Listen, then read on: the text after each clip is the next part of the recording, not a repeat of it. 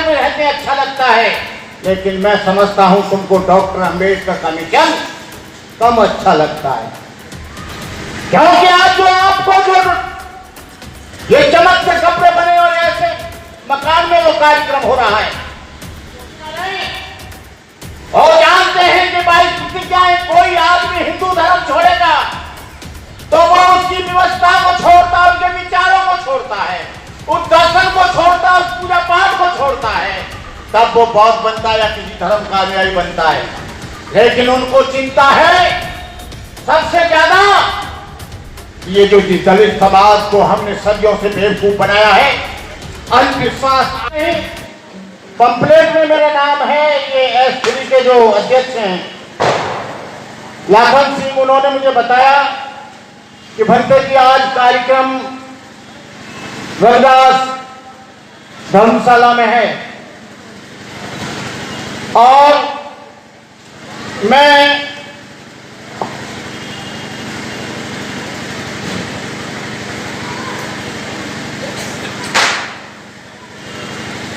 इस कार्यक्रम में आया हूं।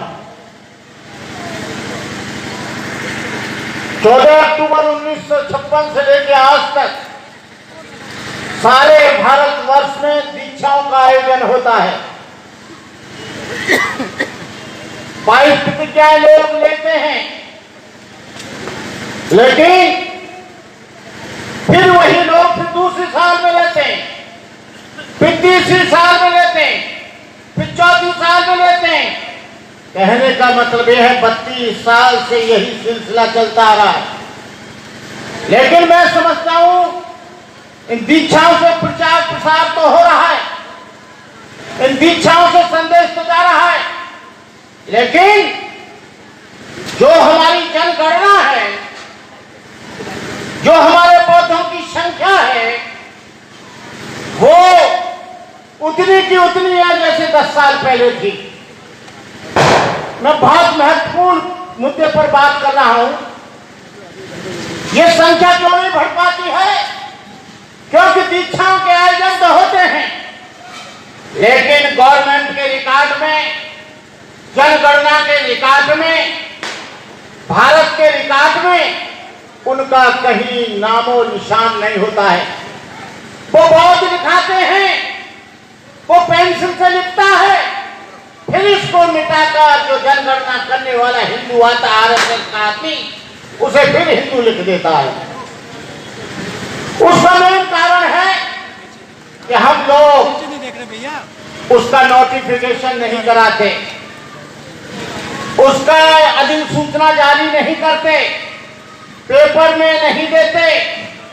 जो एक कानूनी प्रक्रिया है उसके अनुरूप हम लोग दीक्षा नहीं देते। अभी लखनऊ में भी हुआ, अभी राजेंद्र पाल जी ने किया। मैं यहां की सभा से पूछना चाहूंगा, उसके बाद स्पीच दूंगा। आप उठाइए हाथ, जो डिक्लेयर बुद्धिस्ट है, गजट डिक्लेयर, वो कितने हैं? ईमानदारी से कसम खा के भगवान बुद्ध और बाबा साहब की। देखो जो गाना गा रहे हैं उनमें भी नहीं है, जो बैठे हैं, लेकिन अच्छी बात है आप बुद्धिस्ट नहीं है लेकिन प्रो बुद्धिस्ट तो हो, और प्रो बुद्धिस्ट होगा वो जरूर बुद्धिस्ट होगा। जो धर्म के विचारों का फॉलो करेगा वो जरूर बुद्धिस्ट होगा। और आप में कोई गजट डिक्लेयर है नहीं है, लेकिन मैं आपको पवित्र और अच्छा बुद्धिस्ट मानता हूं, क्योंकि आप लोग बाबा साहब की वजह से यहां तक आए हो। लोग 30, 40, 45 वर्ष के बाद, 60 वर्ष के बाद भी बोल रहे हैं कि अभी देखेंगे, अभी हम सोच रहे हैं।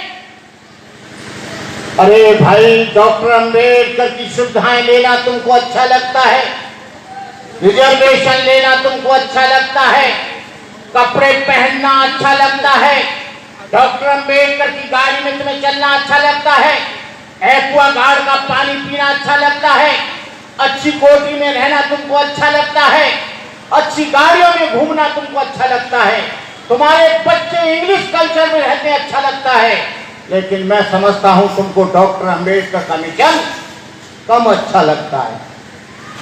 क्योंकि आज जो आपको जो ये चमक के कपड़े बने और ऐसे मकान में जो कार्यक्रम हो रहा है, ये किसी और की देन नहीं है, ये बोधिसत्व डॉक्टर बाबा साहब अंबेडकर की देन है। यदि आपको शिक्षा का अधिकार नहीं होता तो आपको नौकरी नहीं मिलती, नौकरी नहीं मिलती तो ये चमचमाता चेहरा नहीं होता, काजू बादाम छुआरे किशमिश नहीं मिलते। यदि बाबा साहब अंबेडकर नहीं होते, जिस गंदे पानी के लिए बाबा साहब अंबेडकर ने आंदोलन किया था, आज आप एक्वागार्ड का पानी पीते हैं। क्या बाबा साहब अंबेडकर ने कभी अपना पानी पीने के लिए हाथ उड़ाया था? क्या आपने कभी हाथ उड़ाया?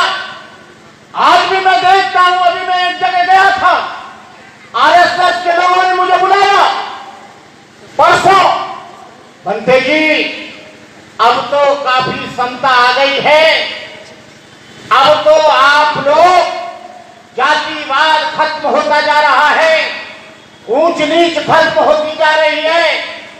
मैंने इसे कहा अभी कुछ महीनों पहले मूंछ रखाने पर जितेंद्र मेघवाल को तलवार से काट काट कर मार दिया गया। इंद्र मेघवाल को जो छोटा सा बच्चा था वो नहीं जानता है किस जाति का हूं, गला छूने पर उसको मार दिया गया। जो आपकी मनीषा जो बाल्मीकि है, उसके साथ चार लोगों ने जातिगत आधार पर बलात्कार करके उसका कत्ल कर दिया गया। उसकी लाश को भी उसके बाप को नहीं सौंपा गया। कासगंज में बारात उसको निकालने नहीं दी गई। वो लड़का वहां पर आईपीएस का सिलेक्ट हो गया, लेकिन उसने अपनी बारात को छड़ाया पुलिस प्रशासन लेके। मंदिरों में आज भी उन पर लाश पड़ रही है। आज सार्वजनिक स्थानों पर उनको चलने नहीं दिया जाता। जय भीम की यदि बनियान या कमीज पहनते हैं, कपड़ा फाड़ कर उनको लुहान कर दिया जाता है। ये क्यों ऐसा हो रहा है? आज जो 22 प्रतिज्ञाओं के ऊपर जो इतना बाइबल और उनको बचा हुआ है, और उनको 22 प्रतिज्ञाओं से कोई लेना देना नहीं।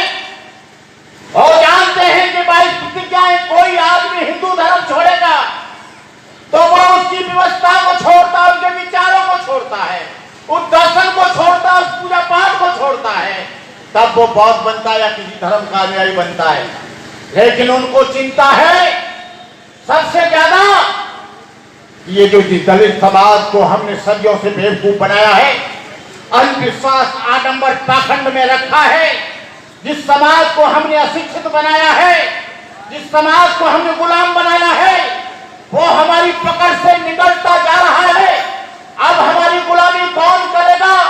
हमारी खेती में काम कौन करेगा? हमारे बर्तन कौन मांगेगा? आज उनको रास नहीं आ रहा है, क्योंकि ये 22 प्रतिज्ञाएं हो जाएंगी। ये 22 प्रतिज्ञाएं जो लोग पहले भी होती थी, लेकिन उसको इतना राजनीतिक मुद्दा बना लिया है। अरे मूर्खों, ये 22 प्रतिज्ञाएं हमारी नहीं है, ये 22 प्रतिज्ञाएं बाबा साहब डॉक्टर अंबेडकर ने बनाई थी। ये 22 प्रतिज्ञाएं बंदे करुणाकर की नहीं है, ये 22 प्रतिज्ञाएं राजेंद्र पाल की नहीं है, ये 22 प्रतिज्ञाएं किसी नेता की नहीं है। ये बाबा साहब डॉक्टर अंबेडकर ने अपने भोले भाले लोगों को बचाने के लिए 22 प्रतिज्ञाएं दी थी। और हम कहते हैं तुम कितना भी मुकदमा चलाओ, ये 22 प्रतिज्ञाएं हम देते रहेंगे। हम उस व्यवस्था में नहीं रहना चाहते जो सदियों से हमारे लोगों पर जुल्म करती है, जो व्यवस्था हमारी बहन बेटियों की इज्जत लूटती है, जो व्यवस्था कॉलेजों में जाके अपमानित करती है, सरकारी कार्यालयों में जातिगत आधार पर प्रमोशन होता है, जातिगत आधार पर हमारे बच्चों की मेरिट खराब की जाती है, जातिगत आधार पर हम लोगों के ऊपर जुल्म अत्याचार होता है। इसलिए डॉक्टर अंबेडकर ने कहा था कि जो धर्म तुमको समता न दे सके, जो धर्म तुमको सम्मान न दे सके, जो धर्म तुमको रेस्पेक्ट न दे सके, जो धर्म तुमको कदम कदम पे अपमानित करता हो, जो धर्म तुमको कोई व्यवस्था में बांधता हो, बाबा साहब अंबेडकर ने कहा ऐसे धर्म को लात मार देना, क्योंकि self respect is more important than material gain. और स्ट्रगल फॉर सेल्फ रेस्पेक्ट। हम लोग आत्मसम्मान खोकर अब जीना नहीं चाहते। आज इस संविधान को खत्म करने की बात करते हैं। आज ये तमाम केजरीवाल भी दूसरा आरएसएस का आदमी है। इससे ज्यादा खतरनाक आरएसएस नहीं है, ये उससे भी ज्यादा खतरनाक है, उससे भी ज्यादा बेईमान है। हमारे लोग इसकी बातों में ना आए। केजरीवाल को हमने कहा था कि डॉक्टर अम्बेडकर का फोटो लगाकर या ये भगत सिंह का फोटो लगाकर बाबा साहब का मिशन पूरा नहीं होगा। बाबा साहब का मिशन यदि कभी पूरा होगा तो 22 प्रतिज्ञाओं से पूरा होगा। 22 प्रतिज्ञाएं जो उसको ग्रहण करोगे तब पूरा होगा। लेकिन ये लोग फोटो लगाकर आपका वोट ले जाते हैं। आप बहुत इमोशनल हो, बहुत बार ठगे गए हो। दलित पैंथर आई, आप ठग गए। लाल बुद्धा किला वाला, आप ठग गए। और संगठन आए, आपको सब बेवकूफ बनाकर चले गए। किसी ने एक अम्बेडकर का फोटो लगाया, आपने सटाक से वोट उसको दे दिया। कभी झाड़ू निकाला तो वाल्मीकि ने दे दिया। हम पूछना चाहते हैं केजरीवाल, यदि तुम बाबा साहब में विश्वास रखते हो तो हम लोगों के बीच में आकर बाबा साहब की 22 प्रतिज्ञाएं रखो। ये बाबा साहब की मूर्ति पर माला और विचारों पर ताला, ये बिल्कुल नहीं चलेगा। आप बाबा साहब की मूर्ति पर माला चढ़ाते हो, विचारों पर ताला लगाते हो। मैं कहना चाहता हूं, आज गगन मलिक 84,000 बुद्ध मूर्तियां बांट रहा है। मैंने गगन मलिक से कहा, सांची में, गगन मलिक जी आपको मालूम है कि मूर्ति पूजा कब आई? आपको मालूम है कि बुद्ध की मूर्ति पूजने से कोई मिशन नहीं आएगा, कोई धर्म नहीं आएगा। ये केवल बुद्ध के दर्शन पर चलने से, बुद्ध के सिद्धांतों पर चलने से, 4 आर्य सत्यों को समझने से, प्रतिसमुत्पाद को समझने से और सांघिक मार्ग पर चलने से धर्म आएगा। ये मूर्ति से धर्म नहीं आएगा। ये 650 वर्ष बाद भगवान बुद्ध की मूर्तियों का प्रादुर्भाव हुआ। 250 वर्ष तक कोई भी मूर्तियां नहीं थी।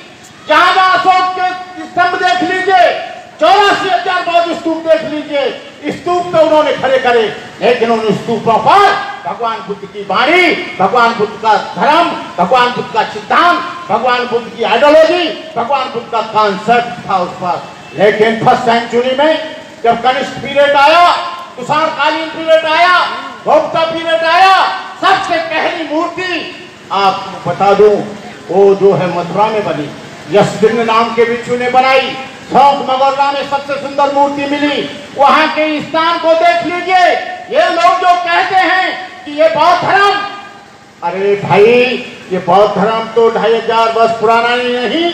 जब ये हमारे प्रधानमंत्री जाते हैं जापान तो सर पर भगवान बुद्ध की मूर्ति रखकर जाते हैं। मैं बुद्ध देश से आया हूं, मुझे बुद्ध मंदिर दिखाओ, हिरोशिमा नागासाकी का सबसे पुराना बुद्ध धर्म दिखाओ। और जब भारत में आता है तो कहता है कि हिंदू राष्ट्र बनाओ। ये दोनों बात कैसे चल सकती हैं? एक प्रधानमंत्री तुम्हारे सामने, पार्लियामेंट के सामने देश का पवित्र ग्रंथ जलाया जाता है और आप कुछ भी नहीं बोलते हैं। कहने का मतलब यह है कि ये देश जो है न रामायण से चलेगा, न गीता से चलेगा, न कुरान से चलेगा। ये देश की व्यवस्था चलेगी तो केवल बाबा साहब के संविधान से चलेगी। बाबा साहब के संविधान को जिंदा रखो। बाबा साहब अम्बेडकर ने कहा था कि मेरा ये सिद्धांत जिंदा रखना है, ये संविधान जिंदा रखना है और संविधान जिंदा रखना है तो अम्बेडकर जिंदा है। और जिस दिन संविधान मर गया उस दिन तुम मर जाओगे, तुम्हारा समाज मर जाएगा, तुम्हारे आने वाली नस्लें जो हैं वो गुलाम हो जाएंगी। तुम्हारे आने वाली पीढ़ियों का, आज ये मनुस्मृति से इस देश को जलाना चाहते हैं, आज कह रहे हैं इन्होंने संविधान बना लिया है, हमने भी ताल ठोक कर कह दिया है कि देश तुम्हारी बाप की बपौती जागीरदारी नहीं है। हम किसी भी हालत में मनुस्मृति को लागू नहीं होने देंगे, चाहे हमें प्राणों की बाजी लगानी पड़े, चाहे अपने जीवन की आहुति देने पड़े, लेकिन हम तुमको किसी भी हालत में इस देश में मनुस्मृति और नया संविधान नहीं लागू देने देंगे। इसके लिए पूरा देश आज जाग रहा है, इसलिए पूरा देश आज उठ खड़ा हुआ है। ऐसा नहीं है। 2 अप्रैल 1918 को अनटचेबल एक्ट को कमजोर किया गया। हमारे नौजवानों ने, हमारे संगठनों ने, हमारे युवाओं ने बिना किसी लीडर और पीडर के आंदोलन चलाया। सारे देश में कोहराम मच गया, सारे देश में विद्रोह बगावत होने लगी, सारे देश में चिंगारी फैल गई और हमारे 12 बच्चे शहीद हो गए। जिनकी मूर्तियों को यहाँ पर कई लोग बैठे हैं, उन लोगों ने उन बच्चों की मूर्तियां लगाकर उनको शहीद का दर्जा देकर उनके गांव में पहुंचाई और वो शहीद हो गए। कहने का मतलब ये है कि मिटा दो जमाने से गुंडा परस्ती, मिटा दो लुटेरों की शोषण की हस्ती, मिटा दो ये जातीयता वाली बस्ती, मिटा दो गरीबों की फाका बस्ती। वक्त जिहाद है सभी रक्त का नहीं, वक्त जिहाद है सभी रक्त का नहीं, और खून का कतरा किसी के हक का नहीं। बुलावा सब भरोसों का हुआ आखिर है मैदान जानदारों का मर्जी इसका नहीं। ये जो है आजादी, तीसरी आजादी आपको मिलेगी, लेकिन उसके लिए आपको बलिदान देना होगा, उसके लिए आपको जीवन की आहुति देनी पड़ेगी, नहीं तो आने वाली पीढ़ियां आपकी अशिक्षित हो जाएंगी। मध्य प्रदेश में डॉक्टर चरण सिंह जी, मध्य प्रदेश में, हरियाणा में इन्होंने एक ऑर्डर निकाला है, एक आदेश निकाला है कि सरकारी स्कूल में पढ़ोगे तो आपको अपनी जेब से 500 रुपए देने पड़ेंगे, प्राइवेट स्कूल में पढ़ोगे तो 1100 रुपए गवर्नमेंट देगी। अरे भाई, ऐसी कौन सी आपत्ति आ गई कि आप प्राइवेट स्कूल में हमारे बच्चों को दाखिला दिला रहे हो?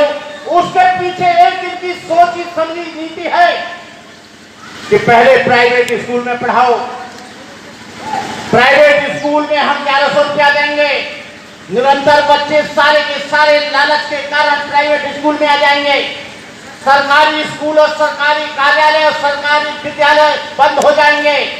फिर ये कुछ दिनों बाद उनको एड देना, उनकी फीस देना बंद कर देंगे और फिर कहेंगे अदानी और अंबानी से कि अब घाटे में गवर्नमेंट चली गई है, कॉलेज ले लो, स्कूल ले लो, स्कूल की जगह ले लो, यूनिवर्सिटी ले लो, विश्वविद्यालय ले लो, विश्वविद्यालय जो खाली हैं उनको ये खरीद लेंगे। फिर आपके बच्चे की फीस 1100 नहीं, 11,000, 22,000, 25,000 होगी। आपको बड़ी अच्छी तरह से बता दूं, यदि उसको नहीं समझेंगे तो बनते लोगों का जीवन दान रुक जाएगा, ये आयोजन रुक जाएंगे, बनते लोगों का भोजन दान रुक जाएगा, समाज की गति और प्रगति रुक जाएगी। जैसे इन्होंने बीएसएनएल के आदमी बैठे हैं, ये इनको अच्छी तरह से मालूम है, शिवदत्त जी को पहले इन्होंने निःशुल्क इन्होंने दिया जियो का जो सिम है और 3 महीना के लिए फ्री।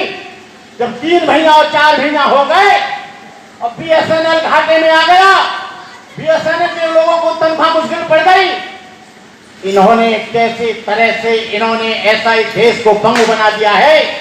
आपको नौकरी कहां मिलेगी?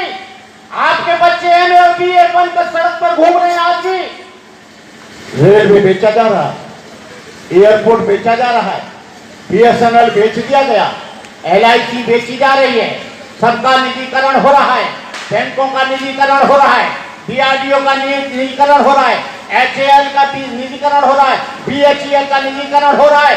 नौकरी कहां मिलेगी?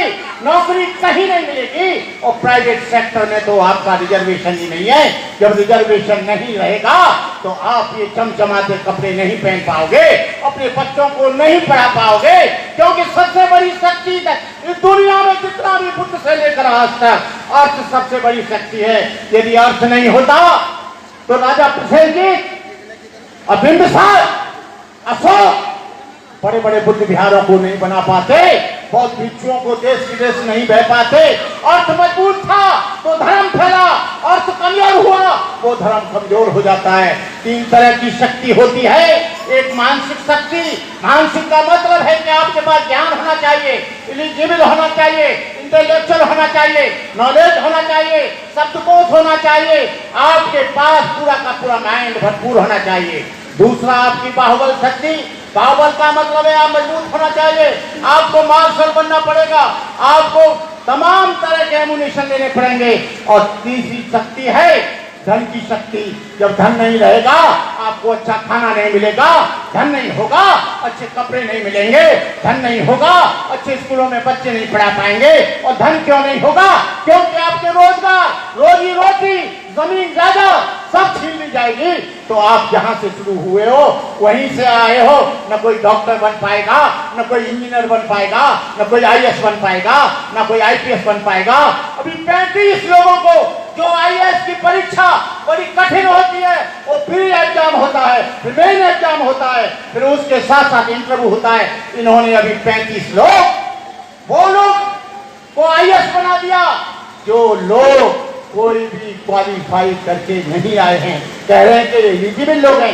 एलिजिबल का शेड्यूल कास्ट में कम है, बैकवर्ड में कम है, एलिजिबल तो हर जगह है। तो मेरा कहने का मतलब यह है आप लोगों से कि आप लोग शांति पूर्वक इतने दिन से अम्बेडकर को सुन रहे हो, अपने घर में बदलाव करो, अपने परिवार में बदलाव करो, अपने संस्कारों में बदलाव करो, और आप भगवान बुद्ध जैसे धर्म को, भगवान बुद्ध जैसी संस्कृति को आप अपनाएं।